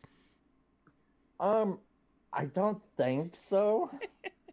Like I might have played the boss scratch ticket and won a small prize. Like the most I've ever won from a lottery ticket was $50. That's that's no wait, that's 30 more than I've ever done. I think the most I've ever gotten on a ticket is like $20, and I'm like, woohoo! I'm buying myself a Happy Meal. Let's go. And $20 is still like You could buy a cool hat or something. This is true. I don't know. This is true. Or I could buy myself some really good desserts at the grocery store. That's what I would probably would do with my lottery ticket money. I'd be like, guess what? We're getting ourselves a Sara Lee apple pie. I'm gonna put it in the oven. Let's go. Or we're gonna buy eggs. Do you know how much eggs I cost now? wanted to. Oh man, that $20 would be the whole thing for eggs. Like you'd be Exactly. spending that $20 and have nothing left. So Like you couldn't even bake a cake. what did you do with $20? I baked a cake. I got milk, the mix, butter, and eggs, and that all came out to $20. And I'm pretty sure I still ended up paying $2. And PK, what is this? LMAO. We love you, PK. We were only just joking about your Oreos. We do admire your speed runs, though. You make me want to do Hucasil speed runs like no one's business. So I'm just saying. Atlantis even brought up too. I've been on Ephinea for 8 years and I'm still not level 200, but this Walmart greeter plays a lot of low level content to help new players. And honestly, that's something that I absolutely love about PSO in general. Specifically the private servers, but PSO in general. There is something fun about having like this wide array of like weapons and seeing new PSO players play for the first time. They're like the puppies that you see at the pet store. You just want the world for them, and I'm like, you will have all of my unused weapons here. Please take this, because you could see their excitement when they get their first like yellow weapon or their first yellow armor. I'm like, take this, go out into the world, my child. Do you think you feel that way whenever you're playing like low level content with new players? I try to help new players when they're around, and I'll give them whatever. Like, I remember giving Starzak some stuff on both GameCube and Blue Burst of stuff I didn't really need, Mm-hmm. and that I thought that would be useful for them. I think he also But has a Nayclaw, doesn't he? Doesn't one of his Senris have a Nayclaw? the replica from the store, yeah, That's probably. so cool. But So the good. real one is like a super rare drop, and I still ain't found that ever. So maybe I kind of would like. is that the next goal then? I don't know. Like, I have a friend that has a Viridia. She talks about wanting to hunt the Nayclaw at some point, and Ooh. maybe I'll join her when that time comes. Um, now I'll at least help her. now you have Rudo, you have Optimus, you have Sammy, and then you have your first character. That's I would like to consider that Optimus is 200 in my heart, and Rudo's 191, so he's also 200 in my heart. Do you have Um, your heart set on another class after these two? if I'm continuing GameCube, I'll either have my Ramar Joe working on him, Mm-hmm. or I'll work on Shredder, my Huecast in GameCube, if I'm going to continue my GameCube trend. That's a good choice too. I know after Margarita it would be pizza, and then after pizza I told myself I would make a force. But I'm I thought you were making Radio Shack yeah, that's it. Raycast. That's the point I was just gonna make. I took that. I said that, but then I remembered that there's a rockcast named Radio Shack that needs some love. So that's probably gonna be the third one for me because I wanna spread the Radio Shack name to everyone and remind them about. And then I want to get like a cool like I think there's a mag cell that's like of Pioneer 2 that looks like a spaceship. It almost looks like it'd be like a radio remote control helicopter. That's the mag that I want for Radio Shack. So I really kind of fit the aesthetic and confuse the shit out of everyone I play with. On my Destiny server, like there's more mag options, and I have like a dark Chow Do versus you like a really? black Chow. Yeah. Oh, do you have a favorite mag that you enjoy like keeping along with you, or because I know I'm very sentimental with my mags. Like I love Dole. Dole's my homeboy. That's my. I have no shame in admitting that's my favorite mag. Do you have like a favorite mag? By design, I really like the Choo Choo Rocket mag. the Mm. Chow Mag, the on the Chow Mag, and Sato. Like those are like some of my favorites on this version and GameCube. Do you happen to have, and I've been telling people about this and they've been looking at me like I'm a mad woman. There is apparently a yahoo.com mag cell. I really have my heart Uh, set on that one. I love that one. I've heard of it, but I never seen it in person. Like I don't know if it's like something that came out when Blue Burst was a thing, or even like a Dreamcast exclusive item. I Because I've heard of it, but I've never seen anybody rock it one. see So I don't know if they exist anymore or not.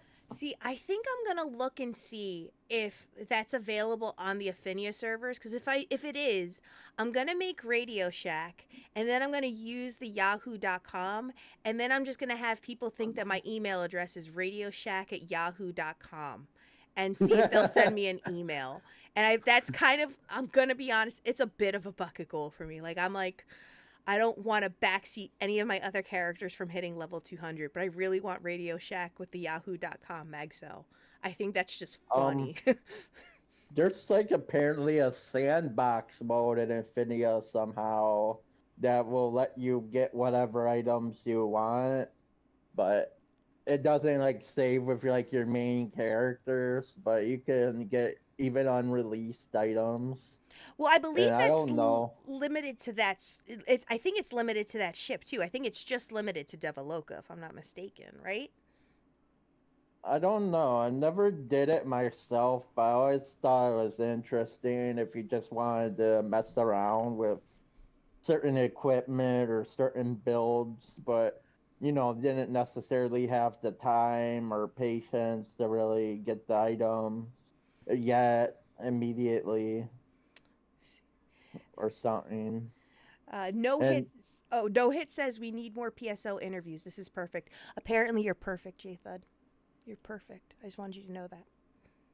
somebody thinks I'm perfect finally. I've always thought you were perfect. You have almost four to level 200 characters. You win. You win. Devaloka is a classic episode 1 and 2. You need a sandbox account to play the sandbox. I don't I don't think I have a sandbox account. I think I just have a regular account. Do you have to make a separate Ephinea account just to play on Devaloka, or you just have to have a character made on that server? I I don't really know. Yeah. Somebody else in the chat might, but I never messed with it. I saw it existed a while ago Yeah. and kind of was curious, you Maybe we know? can try it together. Maybe we can one day do a collaborative stream where we both explore the sandbox server together. And that's where I make Radio Shack with the yahoo.com. How do you feel about that? That would be pretty cool sometime. Yeah. I would like to do that with you because I think it would be fun if we had adventures in the sandbox server and I live my best Radio Shack life, and whoever's watching the stream will see it, and you, and that'll make me content. That's all I care about. That's all I care about. Yeah. When you make a new character, if you play on Devaloka first, you'll get flagged as a classic character. Okay. Okay, so when you make a new character, it's locked to that Devaloka ship, if I'm understanding that correctly, right? No hit? You'll get flagged as a classic character? I mean, I'm not opposed to this. I have characters that aren't on Devaloka, that they've been created off of Devaloka. They were, I think, created on Fodra, so they should be okay. Yeah, if you make a game, you will be. Okay, that's not bad. So it would just be limited to the Devaloka. So we could just make Devaloka characters, and then we can go explore, and then we can have to our heart's content. You can get your Nayclaw. You can get your Nayclaw Yeah, I then. could definitely get an A claw, and I'd like to see some of the gear that, like, there's one piece of armor that only the developers can have that has like really high defense, really high evasion, max, elemental resistances. But it's only like a sandbox item because you can't get it because it only went to like the developers of Blueburst or the admins back in the day. I didn't even know about this. You're throwing in. Listen, this is some of the more you know shit that you're just throwing on me right now. I had no idea about this. So, what? How did people find out about this then? Was it like data mined or something? I saw it in like the data somewhere in Ephinea for sandbox mode. No. Okay. Like, at least I believe that's where I found it. But it still, it's like, just imagine if something that broken was for here. Like, you'd just be a walking tank. I mean, Like, very. I'm not much of a tank myself now, and I play a hunter. Maybe I'll be a tank on Radio Shack, but I won't need that armor. I'll just make the beefiest looking rawcast. Yeah. It's just. It's just I like finding out about really broken equipment that we can't access, though. I just think that's like really cool in general. And then you try, you're like, how can I overpower without having to use this item at all? How can I overpower this weapon and just be stronger? How do I do this? What do I need? Let me get the list together. One thing I hated at JRPGs were like after you beat a super boss, they'd give you something really OP, and there wasn't like a new game plus, so you have like nothing good to really use it on anymore. I agree. I agree. I felt this way with in Phantasy Star 4. I think it was when they gave Chaz was it the Alcidian sword that they gave me? And I was like, this would have been great if I had this 40 hours ago. Just putting that out there. Motherfuckers, what happened? What happened? So then Penguin goes and steals your sword. I would Jthud, I would lose my shit if that had happened. If I had lost, if they had stolen, okay, one, to take someone's Meseta, it's shitty. Ask me how I know. It's shitty. If they had started taking actual weapons from me, I would have lost it, Jthud. I would not have been okay. It would not have worked for me. I would like, I need to step away from this. Like, I jumped on your stream after it happened multiple times, and I felt a little bad because I missed the timing to kind of trick you into doing it and then losing your Meseta by the penguin. You know what? You don't have to worry. Chat took care of that for you. They kept telling me, oh, I don't know. Maybe you need to try again. And I listened. That was my first mistake. That was my first mistake. Phantasy Star 4. Like, there's no way, even with, like, cheats on, to leave that room without the penguin getting your Meseta. No, it was just legitimate, just pain in my heart. It was pain in my heart that I'm reminded of damn near almost every day. Oh, almost every day. I kind of wish that would have been a real summon item. Like, you use it in battle, and then, like, a giant penguin would, like, attack an enemy or enemies or something. Can I tell you my immortal fear in, like, later games like Phantasy Star Online as I was playing through? I've had this crippling fear, and please don't laugh too hard at me about this because I'm sure chat's gonna laugh more than enough for the two of us. I had this crippling fear that there was a Jthud penguin mag cell in Phantasy Star Online, and I've never been more afraid. I was like, I just want to use the basic mag. I don't need to know about the other mag cells. I don't want to find out that exists because I'm going to run from it or set it on fire. I don't want any of those things to happen.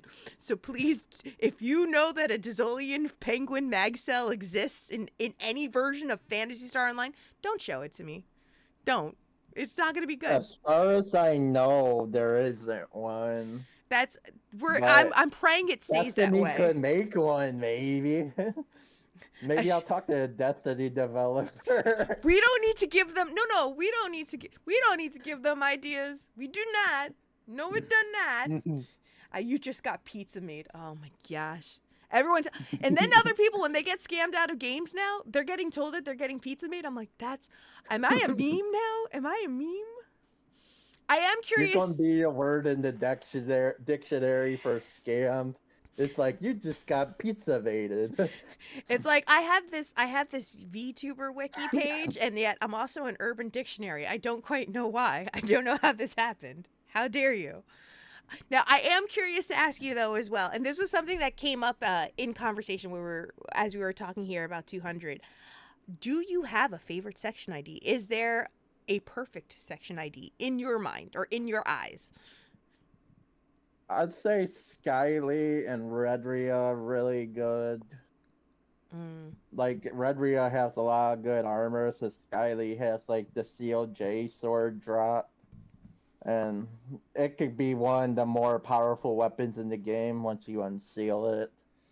Oh, see, I've played. I started off the first time that I played Phantasy Star Online. I made a Hewn Whirl, and based on the name that I made, I got Section ID Viridia. And for the longest time, I had no idea what that meant until I sat in a photon chair, and it changed my life forever. And then after that, it was Purple Numb, then Oron. I don't know if I've ever made a Redria or a Skyly character, to my knowledge, but it's too soon to tell. The options are always there. Do you try to aim There's to make them? ways I've never did initially, but it's not a bad idea to aim to get a certain color if you want a certain hunt with that character. What if I want to make a character that just stores and holds all the Meseta, kind of like an ATM machine? I would just aim for a yellow bow section ID then, right? Yellow Boss does generally drop more Meseta than the others, so I guess you would aim for Yellow Boss, but personally, I get most of my money from Quest and selling useless armors and weapons that Mm-hmm. I find on the ground. Well, you're also in a team too, because it looks like you have a team icon. So it looks like you can also donate those for team points too, if you wanted, right?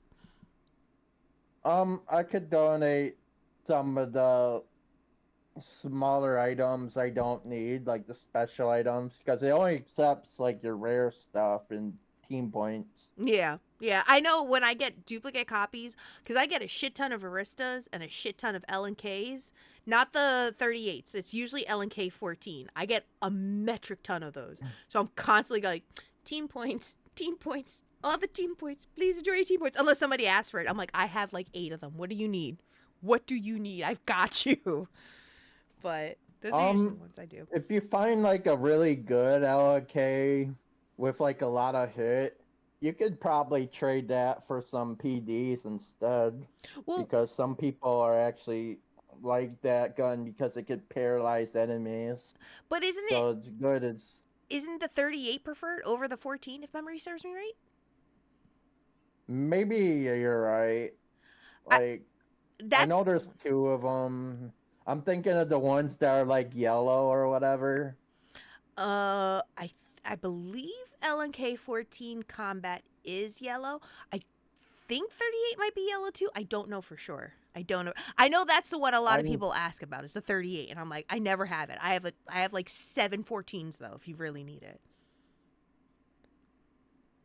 the M and A60 Vice are better if you find a good hit at one of those because they have Berserk, which you sacrifice HP to do more damage in the combo. See, that's I have a bit of a fear with the berserk, especially also who is it? There's people that have the sword that drains your HP, but in exchange it gives you a shit ton of damage for output. I've never been more afraid of weapons like anything I've ever seen before than those because I'm afraid I'll kill myself by accident. And like I'll accidentally like not It's get the right amount and then accidentally just be like, I'm about to attack, and then I just tip over and die by accident. Yeah, it's definitely one of those weapons that is better to practice with instead of just having like a whole arsenal of them immediately.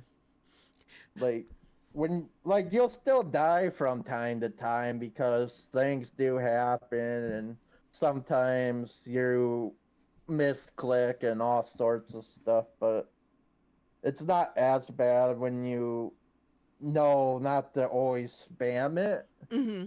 Use it once in a while.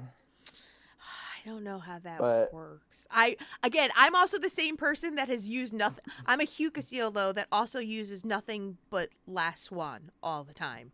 I love Last Swan, and I don't know what life was like before Last Swan, so it's really hard to tell. oh, those guns are pretty good. The dual birds, the last swan, and there's like another one that like Oh, what is you it? make the dual birds, you need last swan and the other mech handgun. Is it called Black Sparrow or Blackbird or something like that? I forget what it's called specifically. I don't remember right now. Oh, Master Raven. That's Like what it's called. Master Raven, that's right. That's the one. But I've never had a pair of dual birds, but it's one of those things I wouldn't mind getting for my ranger in the future. If you ever need a buddy to help you farm for those, I would gladly join you. I don't know how much help I would be, but I can at least join you for the adventure. Well, you're a cast or Casil, so you got traps, and that's really helpful. I can do that. Like you could use a freeze trap to take the freeze mobs and stuff. I can freeze if I remember to put down my trap, but I can. I've been getting better at it. I've been getting better at remembering to use my traps for sure, for sure. It's one of those things that you kind of learn how to do the more you do it and when to do it. Especially if you do the same missions, you'll know where the mobs will come out and what mobs are dangerous or can be dangerous if they mob on you at the same time. Oh yeah, and then that comes with more practice and with more time. Again, having almost 4 level 200s, I feel like you have a good lay of the land. Like once you're in a certain zone, you could see the map and know, okay, I know exactly where I need to go. I know exactly what I need to do. Yeah, like there's still better PSO players than myself, but generally I know what to do in most situations. Listen, Chad already said you're perfect, so you need to accept that you're PSO perfect. I need you to know this. I need you to reinforce this in your heart. You're PSO perfect. You're perfect star online. You're perfect star online. And then tell people you're 11 too. I feel like that's just the ongoing thing we should continue with here. So, but unfortunately, we're getting towards the end of our interview, which makes me very sad. But I do want to take a moment to first and foremost say thank you for being just a positive ray of light in the community. Because aside from your skill level, you're just a nice, good person that likes to help others. And in the world of gaming today, that's a fucking rarity. So thank you so much for just being a good, kind-hearted soul and just wanting to meet players of any level and wanting to just be down for fun.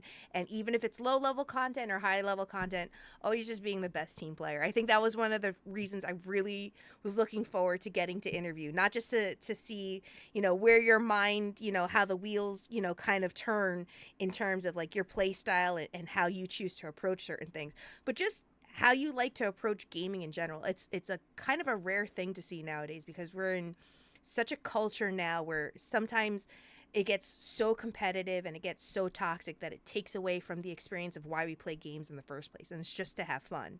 So you're kind of like that really great reminder for all of us that it's okay to just have games and just have fun. Like it's not about reaching the destination, it's about the journey to get there. So thank you so much for that, and thank you for joining me on an interview today. I've been wanting to do this since I started the show, Jthud. So It was really fun to interview for sure. Yeah, maybe some other time we could voice chat it up more often that would be outside fun. of just streaming. Are you does this And mean then you'll join me for some Radio Shack adventures too? at some point I will, sure. All right. I just need to know that I have buddies that can join me on the Radio Shack adventure where I let me be the tank. I'll protect you. If this was the bodyguard Jthud, you could be Whitney and I'll be Kevin Costner. I got your back. I got this. Nice. But thank you guys so much. There's a lot of folks in here that are also saying thank you as well. See, you're so loved. The adventures of Adventures of Radio Shack and Future Shop. you just make Nice. whatever character. Listen, you can make 11. It could be Radio Shack, Future Shop, and 11, and really just confuse the entire community. I'm fucking all for it. I don't mind. I just want to clunk around and live my best life. But with that, we're gonna be ending the stream here. But if you would still stick with me, dear Jthud, what I am going to do is I am going to log out of game so I can get ready to start what we like to do here as the Mado Rado. And if you have not noticed, I did this entire interview with the exception of maybe 2 minutes in a pineapple hat. And I want you to know that hurt my soul so much. But I did it because you laughed and it made you smile and it made chat smile. And my soul hurts. My soul hurts so much. I'm like, what is wrong with everybody? Why are we doing that? So something that we do here is we do like to do something called the Mado Rado. And with that, we like to pass off all the good vibes that we had on today's episode to another Phantasy Star Online content creator. I was curious to ask you first, though, Jthud. Did you have anyone in mind that's currently online that you would like me to send a Mado Rado out to? Hang on, I have to see who's online. Do it. While you do that, I'm also going to take a moment to give some big ups to folks as well. Let me give a thank you. I apologize. I missed this during the interview. But Krevin Gaming, thank you for the resub for 7 months. You've been subscribed for 7 months. Thank you so much for that. No Hit, thank you for the follow. Polygon Dark, thank you also for the follow, along with Sheffield Warrior, Finley Fish for the raid, Nanto June for the pineapple on pizza, Sarzak for the Monomate Hydrate, Lantis Grayfield for the WD-40 scratch, and PK Coltrane for the raid, and Simodian with the resub. Thank you guys so much for that, and thank you so much for stopping by. All right. I don't see anybody really that's... Or do you want me to look for people playing PSO or something? We can look for that. I don't see nobody on my friends list that's really playing right now, or my followers. Oh, Virtue of Sin. We actually just wrapped up our interview. Oh no, somebody listen. Virtue of Sin. That was my GameCube child. Listen. Follow this channel. Actually, you know what? I'm gonna give you all an insider tip. I'm going to put this command in there. You guys see this command going on right now? First off, thank you for the follow, Virtue of Sin. The person that I just interviewed, the person that is currently on this voice chat with me, Jthud22, they are currently working on hitting level 200. They are currently level 199 right now on the GameCube version of Phantasy Star. They are, you said 4 million EXP away? Yeah, just 4 million or maybe slightly less. Maybe 3.9 something.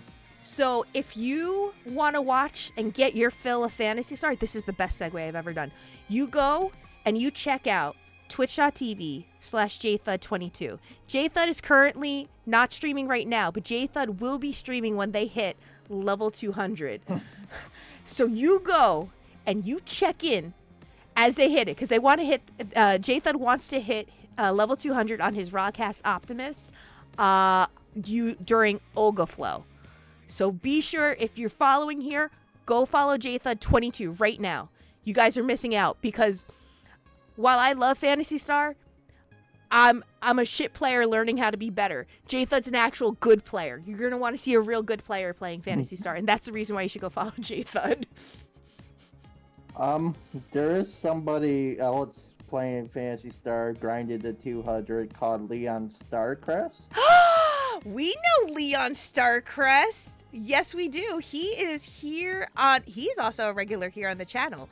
Let's see. Where is Leon? Leon. I made you out of clay. Leon. With Leon, I will... No, it's actually done. Wait, how many people does he... He's currently got 5 viewers itself.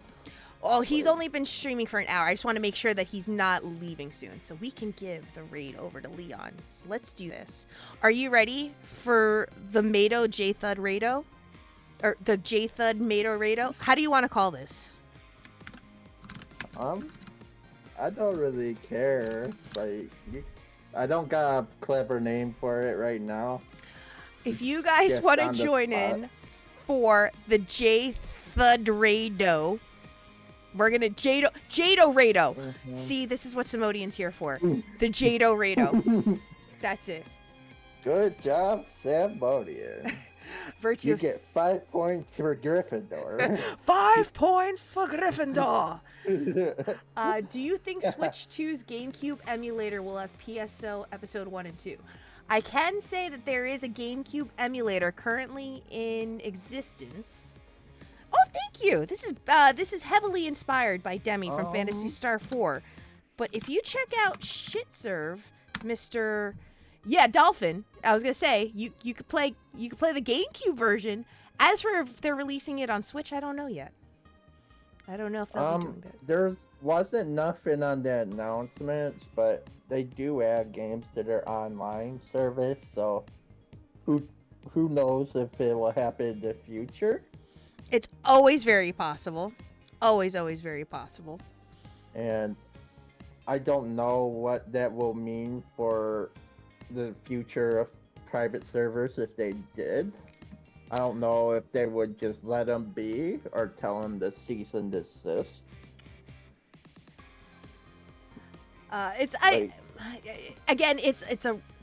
It's one of those really sticky subjects that you could see from one perspective, but you also hope for another perspective so that there is a preservation of the current existing private servers because of the communities and the people that exist. So we never know. It's just like Nintendo is known to cease and desist everything, while Sega I never really heard do that. And since it's like just Sega property, they might not do that. They turned their heads on a few things. They've turned their heads on a few things from time to time. So you never know. You never ever know. But I would hope they don't get rid of them. Oh no, communities are pretty big in every server and made friends over the years and so on and so forth. Well, there's a community and there is a life that's been in those private server communities, and I think that's the most important thing to preserve is the life and the energy that they have. So I'm hoping for it too. But we're gonna get ready. We're gonna get Leon Starcrest up and running with this Jthud22. I love the Jthud22. I hope you use that. I may use that in the future. I don't know yet. But it's not bad. It's not bad. Jthud22's not a bad one. I have episode 3, the GameCube card game, but I have not played it yet. Soon though. It may be on this channel sooner than you think, so be sure to stick around for it. But we're gonna get this raid started for Leon Starcrest. I want to thank everybody so much for joining and tuning in. Jthud, my heart, my happiness, my little ray of light, thank you so much for being an amazing guest. We will be back in action again on Thursday, playing some more Phantasy Star 1. Thank you for having me. And hopefully there'll be future interviews and stuff that go around. There will always be an opportunity for future adventures. As long as you guys have me, I will always be around. I'm always down to play with people. I apologize, my time has not been great lately. Unfortunately, that's real life, but I should be around more during the offline hours. So be sure to check out Jthud. Go check him out one more time. Go check him out one more time here. You want to replay my mech person range? Listen, Ephinea, Shitserve, you guys can do this. But with that, we will see you guys on Thursday for some more Phantasy Star 1, the Sega Ages version on Switch. This has been Pizza Maid, and with me I also have an amazing Jthud22. We'll see you guys. What's up, everybody? Bye. It's time for the Jthud22. Penguin says goodbye. Oh, you're saying goodbye. I'm saying goodbye. We're just gonna keep saying goodbye until the raid goes through. My penguin says goodbye too. I say nothing like that. It's time for the raid. Oh my god, I'm gonna do it right now. I'm gonna raid. They don't need to know about that. My penguin.